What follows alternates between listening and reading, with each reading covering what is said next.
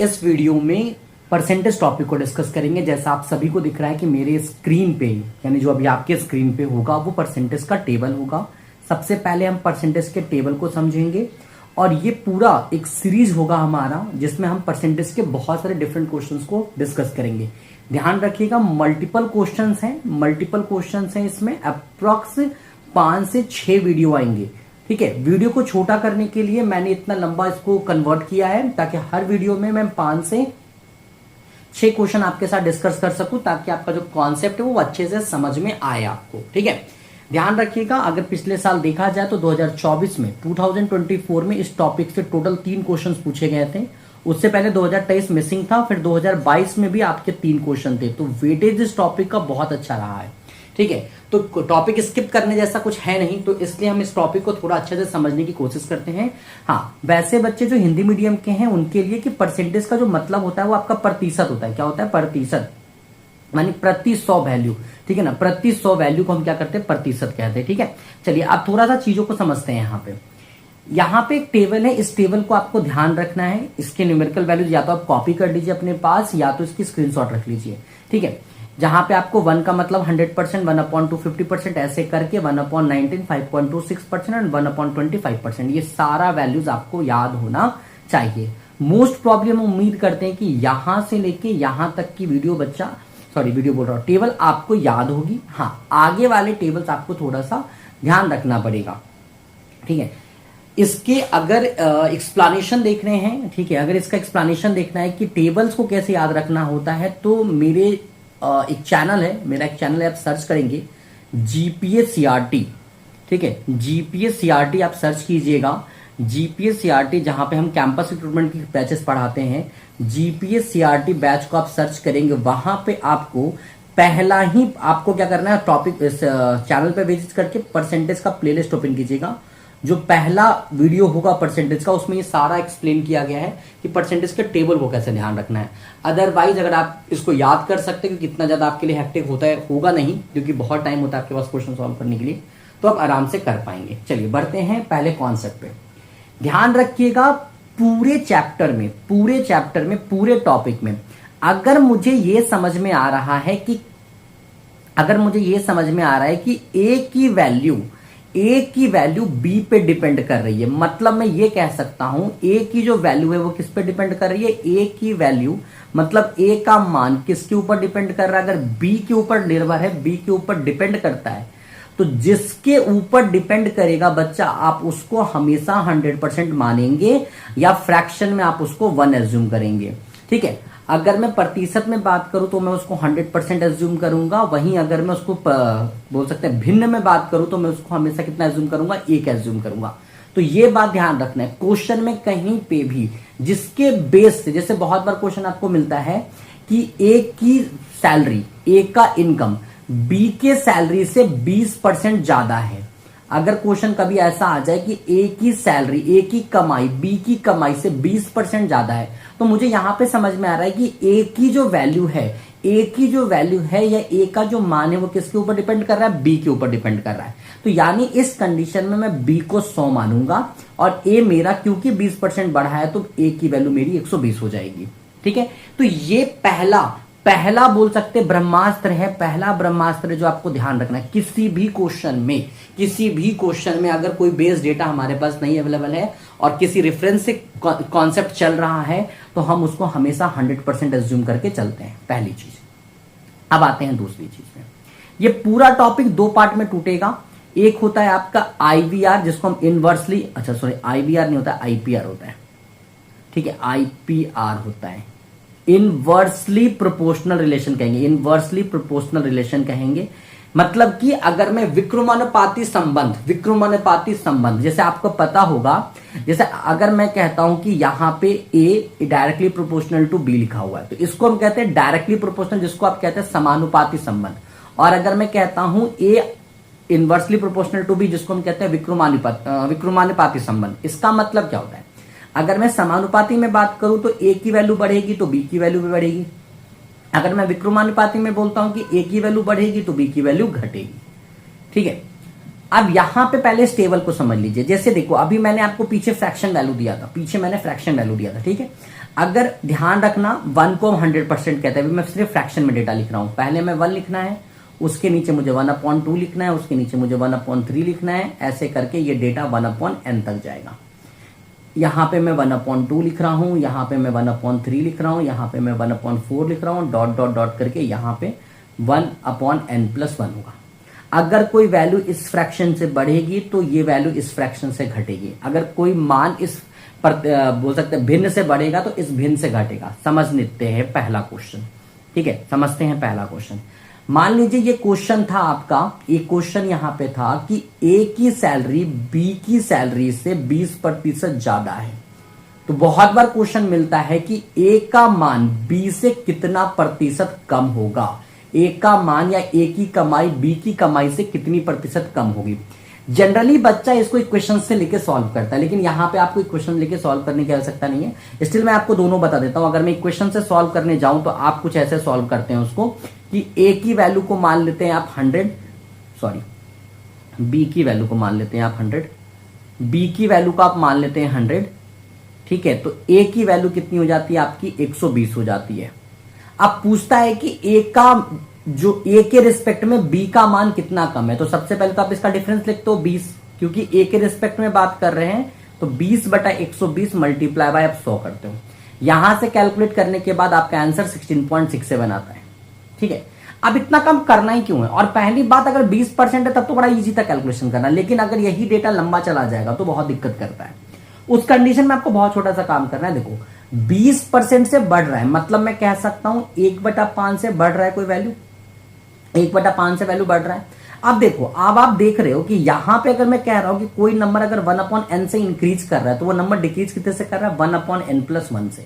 वो number decrease कितने से कर रहा है? 1/n+1 से। अगर मैं इससे इसको कंपैरिजन करता हूं तो मुझे समझ में आ रहा है कि n की वैल्यू 5 है। तो अगर कोई मान 1/5 से बढ़ रहा है तो वो मान 1/6 से घटेगा, वो मान 1/6 से घटेगा। और 1/6 का टेबल में जाके वैल्यू देखो, 1/6 का जो मान होता है वो आपका 16.67 होता है। मतलब मैंने क्वेश्चन पढ़ा था और मुझे इस क्वेश्चन का आंसर पता था कि इस क्वेश्चन का आंसर 16.67 होगा, ठीक है।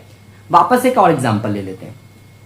जैसे मान लीजिए मैंने क्वेश्चन कहा कि पी नाम का कोई शख्स है जिसका मान क्यू से 25% कम है, 25% कम है, ठीक है। पी का मान क्यू से 25% कम है। तो बताइए क्यू का पी पी से कितना प्रतिशत ज्यादा होगा। ठीक है, तो मुझे क्या समझ में आ रहा है, गिवन क्वेश्चन के अकॉर्डिंग पी का मान किस पे डिपेंड कर रहा है, क्यू पे। तो आप कहेंगे सर अगर मैं नॉर्मल तरीके से बनाऊं तो मैं क्यू को 100 मान सकता हूं, तो पी की वैल्यू क्योंकि 25% कम है, ये 75 हो जाएगा। ठीक है, अब आपसे कह रहा है क्यू कितना ज्यादा है पी से, तो भाई पहले तो डिफरेंस निकाल लीजिए, 25 आ जाएगा। और क्यू का मान किससे कंपैरिजन करना है, किससे तुलना करनी है, पी से। तो पी का मान नीचे आ जाएगा 25/75 गुना 100। इसको सॉल्व कीजिए, 33.33% आता है। ठीक है, अगर मैं इसी क्वेश्चन को नॉर्मल तरीके से बनाऊं तो मुझे क्या यहां पे समझ में आया, मुझे यहां पे ये समझ में आया कि आपका मान 1/4 से डिक्रीज हो रहा है। अगर मेरा मान 1/4 से डिक्रीज हो रहा है तो ध्यान रखिएगा आपका मान 1/3 से इंक्रीज होगा, 1/3 से इंक्रीज होगा। और ये 1/3 की वैल्यू आप टेबल में पलट के देखिए 33.33% होती है। अब पहली बात कैसे समझेंगे कि इस कॉन्सेप्ट को इंप्लीमेंट करना है, तो बच्चा बस छोटा सा बात ध्यान रखना, बस छोटी सी बात ध्यान रखना। क्या ध्यान रखना है आपको, बस आपको इतनी सी बात ध्यान रखनी है, जब भी आपको लगे कि किसी भी वस्तु में पहले वैल्यू को बढ़ाया गया, ठीक है, उसको बढ़ा के बी बनाया गया और वापस से उस वैल्यू को घटाया जा रहा है और वापस से उसको सी बनाया जा रहा है जहां पे ए सी के बराबर है, यानी बोल सकते हैं end of the resultant change no change है, end of the resultant change no change है। इस चीज का रिवर्स भी बोल सकते हो कि पहले कोई ए था उसको पहले घटाया गया तो वो बी बना और यही बी को वापस से आपको बढ़ाया गया जो कि सी बना और एंड ऑफ द डे ए सी के बराबर है। तो जरूरी नहीं है कि पहले बढ़ेगा फिर ही घटेगा, पहले घट के बढ़ भी सकता है। तो ध्यान रखिएगा इस बात का कि जब भी आपको लगे कि रिजल्टेंट चेंज जो हुआ है वो आपका प्रीवियस है, मतलब नो चेंज के बराबर है, तो उस कंडीशन में हम कहते हैं कि भैया वहां पे आईवीआर लग सकता है। ठीक है, चलो, आइडिया का कॉन्सेप्ट इतना ही है। एक चीज और बता देता हूं, बस बाई चांस कभी ऐसा हुआ, जैसे मान लो मैंने कहा आपको कि P का मान Q के मान से 40% ज्यादा है, P का मान Q के मान से 40% ज्यादा है, तो बताइए Q का मान P के मान से कितना प्रतिशत कम होगा। ठीक है, तो अब मैं डायरेक्टली कॉन्सेप्ट पे आता हूं। देखो 40% का मतलब है 2/5 से इंक्रीज हो रहा है, 2/5 से इंक्रीज हो रहा है। ठीक है, तो जब 2/5 से इंक्रीज हो रहा है तो बहुत सारे बच्चे बोलेंगे सर अभी तो आपने लिखा था कि 1/n से अगर इंक्रीज करेगा तो मैं 1/n+1 से उसको डिक्रीज कर दूंगा, मतलब ये मान 2/6 से डिक्रीज कर जाएगा, सिंपली इसमें +1 कर देंगे। बस बेटा यही गलती हो जाती है, ये काम नहीं करना दोस्तों, यहीं पे आपसे गलती होती है, ये काम नहीं करना। यहां पे ध्यान रखना, ये जो +1 है, ये +1 अपनी मर्जी से नहीं आया है, ये डिपेंड करता है न्यूमरेटर का, मतलब कि आपके अंश का मान क्या है।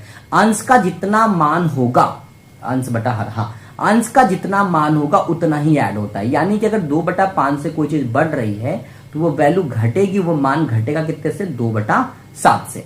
और 2/7 को क्या लिख सकते हैं, 2 गुना 1/7, और 1/7 की वैल्यू कितनी होती है, 14.28%। तो मतलब आपका आंसर कितना होना चाहिए, 28.56% से वैल्यू आपकी घट रही होगी। ठीक है, एक एग्जांपल और ले लेते हैं। मान लीजिए कि अगर मैंने 6% से बोला कि बढ़ रहा है, अगर मैं 6% से बढ़ने की बात कहूं तो आप बोलोगे सर फटाक सा कि सर 3/5 से बढ़ रहा है, तो मैं बोलूंगा 3/5 से बढ़ रहा है बेटा, तो आप सभी को पता होगा ये 3/8 से घटेगा, और 3/8 की वैल्यू कितनी होगी, 3 गुना 1/8 की वैल्यू होती है 12.5, मतलब आपका मान घट रहा होगा 37.5% से। तो एक बार टेबल का डेटा अगर आपको याद हो जाता है तो कैलकुलेशन करना थोड़ा इजी हो जाएगा, और स्टिल अगर ना याद हो तो बेटा कैलकुलेशन में थोड़ा टाइम लगेगा। ठीक है, चलिए बढ़ते हैं एक लास्ट कॉन्सेप्ट की तरफ, बस उसके बाद हम सिर्फ क्वेश्चन सॉल्व करेंगे। अगला कॉन्सेप्ट है हमारा सक्सेसिव चेंज, सक्सेसिव चेंज जिसको हम कहते हैं क्रमागत बदलाव। ठीक है, क्रमागत बदलाव।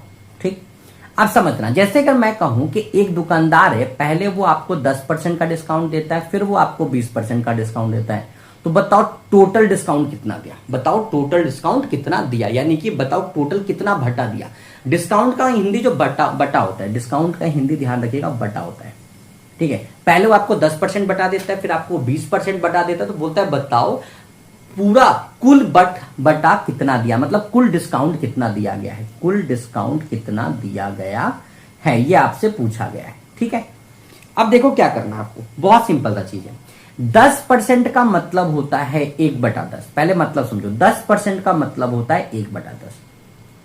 अब उसने अगर 10% डिस्काउंट दिया, इसका मतलब होता है कि हर 10 रुपए पे उसने 1 रुपया छोड़ दिया, हर 10 रुपए पे उसने 1 रुपया छोड़ दिया। अगर वो 10 रुपए पे 1 रुपया छोड़ रहा है बेटा, मतलब आप उसको कितना पे करोगे, 9 रुपया। कितने में, 10 रुपए की जगह आप कितना पे कर रहे हो, 9 रुपया।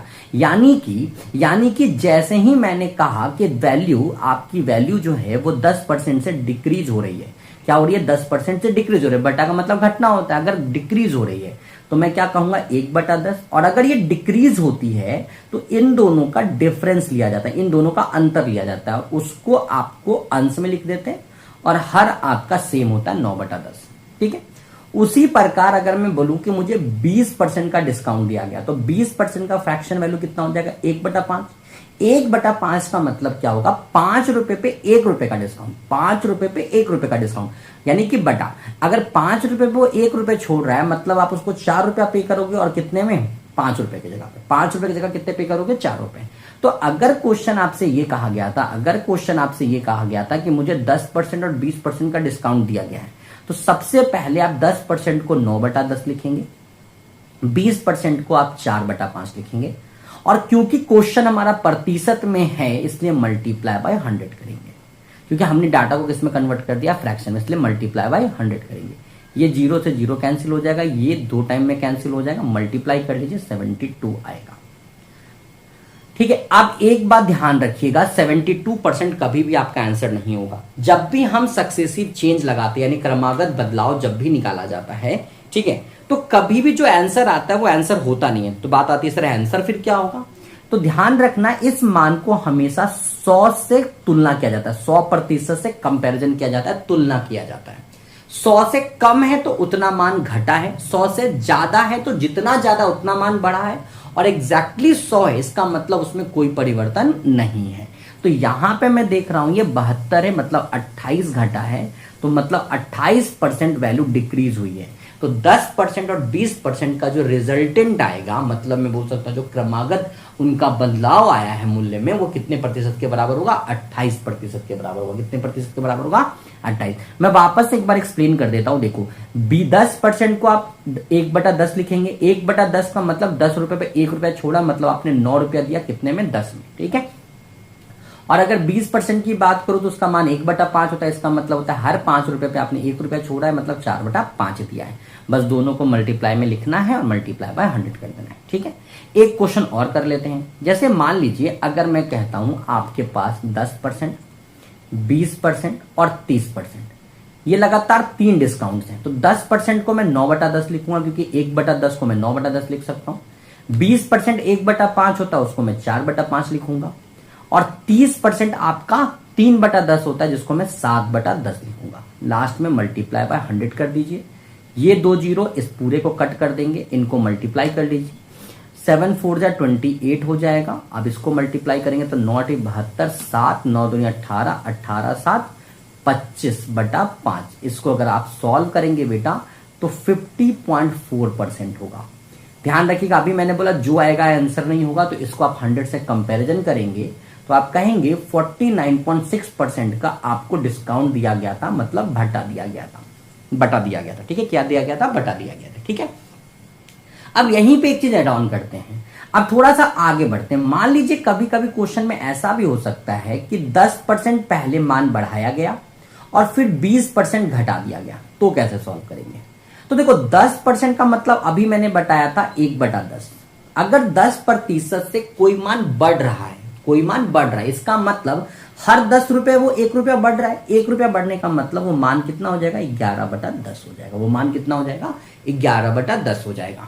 अच्छा, 20% से घटने का मतलब ये होता है 1/5। 1/5 से घट रहा है, मतलब मान कितना हो जाएगा? 4/5। मल्टीप्लाई कर दीजिए लास्ट में 100 से। ठीक है। 1 जीरो से 1 जीरो कैंसिल, ये 2 हो जाएगा। वैल्यू कितनी होगी? 88। अभी भी ये मान कितना कम है? 12 कम है, तो हम कह सकते हैं कि 12% आपकी वैल्यू में गिरावट आएगी, 12% आपकी वैल्यू गिर जाएगी। जब भी आपका प्राइस बढ़ेगा तो इन दोनों को, यानी कि अंश और हर को जोड़ करके लिखा जाता है, और जब भी आपका मान घटेगा तो अंश और हर को माइनस करके लिखा जाता है, और आपके हर में किसी भी प्रकार का परिवर्तन नहीं आता है। बस पूरा टॉपिक हमें इतने ही कॉन्सेप्ट से बनाना है, इसके अलावा कोई भी लॉजिक कुछ भी यूज नहीं करेंगे। ठीक है। चलिए बढ़ते हैं पहले क्वेश्चन की तरफ। हाँ, ध्यान रखिएगा मैंने क्वेश्चन 2011 से लेके 24 तक लिया है, तो आई थिंक इसमें 14 साल का क्वेश्चन कवर होगा। ठीक है। चलिए देखिए, क्वेश्चन कहता है कि इन अ ग्रुप ऑफ पर्सन, आपके पास कुछ लोगों का समूह है, उस कुछ लोगों के समूह में 70% लोग आपके मेल हैं, मतलब कि पुरुष हैं। 70% क्या है? आपके पास मेल है, मतलब आपके पास पुरुष है। ठीक है। तो भाई किसी भी जगह पे किसी भी ग्रुप में 100% लोग होंगे। अगर इस 100% लोगों में मैं कह रहा हूं कि 70% पुरुष है, मतलब कि मेल है, तो मेरे ख्याल से मेरे प्यारे बच्चे ये कह सकते हैं कि सर इसमें 30% क्या होगी? आपकी फीमेल होगी। 30% क्या होगा? आपके पास फीमेल होगा। इतनी बात तो बहुत आसानी से आपको क्लियर हो गई होगी। ठीक है। आगे बढ़िए, क्वेश्चन एक लाइन और कहता है कि and 30% of the person are married. 30% लोग शादीशुदा हैं। ठीक है। 30% लोग क्या है? विवाहित है, शादीशुदा हैं। तो भाई अगर 30% लोग शादीशुदा हैं, मतलब यहां पे 30 लिख लीजिए। अच्छा, एक चीज आप और कर सकते हैं, इसमें से ना परसेंट हटा दीजिए, बाद में आपको कंफ्यूजन ना हो, हटा दीजिए। ठीक है। 30 लोग आपके पास क्या है? शादीशुदा है। ठीक है। अब अगला लाइन कहता है कि if 2/7 of the males are married, मतलब यदि पुरुषों का 2/7 भाग विवाहित है, तो इसका अगर 2/7 भाग विवाहित है, तो मतलब 70 गुना 2/7। इसको अगर मैं सॉल्व करूं तो मुझे समझ में आ रहा है कि 20 लोग क्या है इसमें? विवाहित हैं। 20 लोग क्या है इसमें? विवाहित हैं। ठीक है। और पूरे जन कितने विवाहित होने चाहिए थे? कितने लोग विवाहित होने चाहिए थे? 30 लोग, जिसमें से 20 तो आपके पास क्या है? 20 आपके पास क्या हो गए? पुरुष हो गए। तो इसका मतलब 10 महिला आपकी क्या है, विवाहित है। वापस से समझ लीजिए, बड़ा प्यारा क्वेश्चन है। क्वेश्चन कह रहा है कि हमारे पास 100 लोग थे, लोग नहीं पता थे, इसलिए मैंने बोला था कि जब भी आपको ना पता तो वहां पे 100 एज्यूम कीजिए। 100 लोग थे, उसमें से 70% पुरुष हैं, तो ये 70% पुरुष हो गया।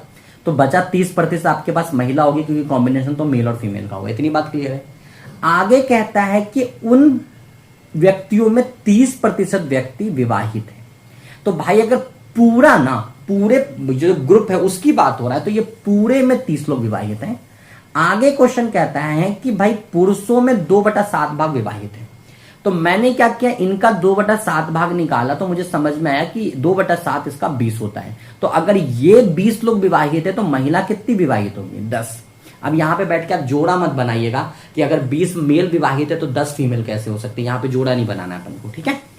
आगे क्वेश्चन कहता है, तो बताइए महिला में कितना भाग अविवाहित है। तो महिला थी कितनी, 30 में अगर 10 विवाहित है तो 20 महिला बच गई। और महिलाओं को कंपैरिजन करना है, तो 20/30 का मतलब आंसर कितना हो जाएगा आपका, 2/3। आपका करेक्ट आंसर कितना होगा बेटा, 2/3 महिलाएं आपकी क्या है, अविवाहित है, ठीक है। चलो अगले क्वेश्चन की तरफ बढ़ते हैं। अगला क्वेश्चन कहता है कि a full tank petrol in Arun motorcycle last for 10 days. चलो हिंदी में पढ़ लेते हैं। क्वेश्चन ऐसे कहा है कि 10 दिन तक उसका टैंक फिल हो जा रहा है, 10 दिन के लिए। अरुण की मोटरसाइकिल में भरा हुआ पेट्रोल 10 दिन तक चलता है, ठीक है। यदि वो प्रतिदिन 25% अधिक पेट्रोल का उपयोग करना शुरू कर दे तो भरा हुआ पेट्रोल कितने दिन तक चलेगा। अब तुम ये मान लो कि थोड़े देर के लिए मान लेता हूं कि उसके टंकी में जितना भी पेट्रोल, उससे कोई दिक्कत नहीं है। हम ये मानते हैं कि वो एक दिन में अगर 100 रुपए खर्च करता है गाड़ी में, पेट्रोल में, ठीक है, तो 10 दिन में कितना करेगा, 100 गुना 10 रुपए करेगा, 100 गुना 10 करेगा, ठीक है। इतना तो बात मानते हो, ठीक है। अब क्वेश्चन ने कहा कि वो अपने प्रयोग को 25% बढ़ा देता है, वो उसके उपयोग को 25% बढ़ा देता है। तो 100 का 25% अगर बढ़ेगा तो मतलब जो नया खर्चा होगा उसका 125 होगा, 125 होगा। अब अगर उसके अरुण के पिताजी उसको 100 रुपया पर डे के हिसाब से 10 दिन गाड़ी में दिए होंगे तो 1000 रुपया होगा। और 1000 रुपए में अगर उसने अपना प्रयोग को बढ़ा दिया है और वो 25% बढ़ गया तो अब 125 रुपया पर डे खर्च हो रहा है। तो बरखुरदार कितने दिन चलेगा, 25 के टेबल में 5 बार में, 25 के टेबल में 4 बार में, ये इससे 2 बार में। आंसर कितना हो जाएगा, 8 दिन तक अब पेट्रोल चल पाएगा। कितने दिन तक चल पाएगा, 8 दिन तक। इसका ऑल्टरनेट तरीका आप ऐसे भी लिख सकते थे कि 100 रुपए के हिसाब से 10 दिन खर्चा हो रहा है तो 125 रुपए के हिसाब से वो पैसा कितने दिन चलेगा। यहां से आप एक्स की मान निकाल सकते हैं, जो मैंने डायरेक्ट यहां कर दिया था, ठीक है। चलो अब आते हैं अगले क्वेश्चन की तरफ। अगला क्वेश्चन कहता है कि बैंक के साथ हुए समझौते के अनुसार एक व्यापारी को बिना ब्याज के कुछ बराबर किस्तों में ऋण वापस करना है। बिना ब्याज, उसको ब्याज नहीं देना है, पर किस्तों को उसने बराबर बराबर टुकड़ों में बांट दिया है, ठीक है। 18 किस्तें चुकाने के बाद उसको पता चलता है कि उसने 60% ऋण वापस कर दिया है। तो बताइए कि समझौते में कितने किस्तें बात किए गए थे, मतलब फाइनल किया गया था, कितने किस्तों में पैसा वापस करना था, ये उसको कहा गया था। तो जरा मुझे बताओ बेटा कि अगर मैंने यहां पे, ठीक है, कहां बात करिए 660%, ठीक है ना, कितने इंस्टॉलमेंट निकाले ना अपन को, ठीक है। अगर 60% आपके 18 इंस्टॉलमेंट के बराबर है तो मुझे 100% पैसा वापस करना है। तो मैं पूछूंगा 100% कितने इंस्टॉलमेंट के बराबर होगा, यही बात है ना, कितना किस्त के बराबर होगा। अगर भाई 60% 18 किस्त के बराबर है तो 100% कितने किस्त के बराबर होगा। यहां पे कैंचिया गुना कर लीजिए, कैंचिया गुना करेंगे 100 गुना 18 बटा में 60 हो जाएगा, 0 से 0 कैंसिल कर दीजिए, ये 3 बार में कैंसिल हो जाएगा। मतलब कि कुल किस्तों की संख्या कितनी है, 30 है। कुल किस्तों की संख्या कितनी है बेटा, 30 है। तो इस वाले वीडियो में, आज वाले इस वीडियो में, अभी तक के इस वीडियो में मैंने आपके साथ क्या क्या डिस्कस किया। मैंने आपके साथ एक टेबल समझाने की कोशिश की, आपको टेबल क्यों इंपॉर्टेंट है, कुछ क्वेश्चंस बताए थे, ठीक है, जिसमें आपको मैंने आईपीआर का कॉन्सेप्ट बताया, सक्सेसिव चेंज का कॉन्सेप्ट बताया, और ये बताया कि आप किसी भी जगह पे हमेशा 100% एज्यूम करेंगे। और उसके बाद मैंने आपके साथ 3 क्वेश्चन सॉल्व कराए, ठीक है। तो इस वीडियो में इतना ही, बने रहिए वीडियो के साथ। और जैसा आप लोगों ने रिस्पॉन्ड करना कमेंट बॉक्स में स्टार्ट किया, बहुत अच्छा लगा देख के मुझे, और आप अपनी रिक्वायरमेंट बता रहे, मैं उसके ऊपर भी फोकस कर रहा हूं और बहुत जल्दी आपके अकॉर्डिंग कहेंगे वीडियोस आपके समक्ष होंगे। तो गाइज शेयर कीजिए, कमेंट कीजिए और चैनल को सब्सक्राइब जरूर कीजिए। तो आज के लिए इतना ही, इस वीडियो में इतना ही रखते हैं, मिलते हैं अगले वीडियो में।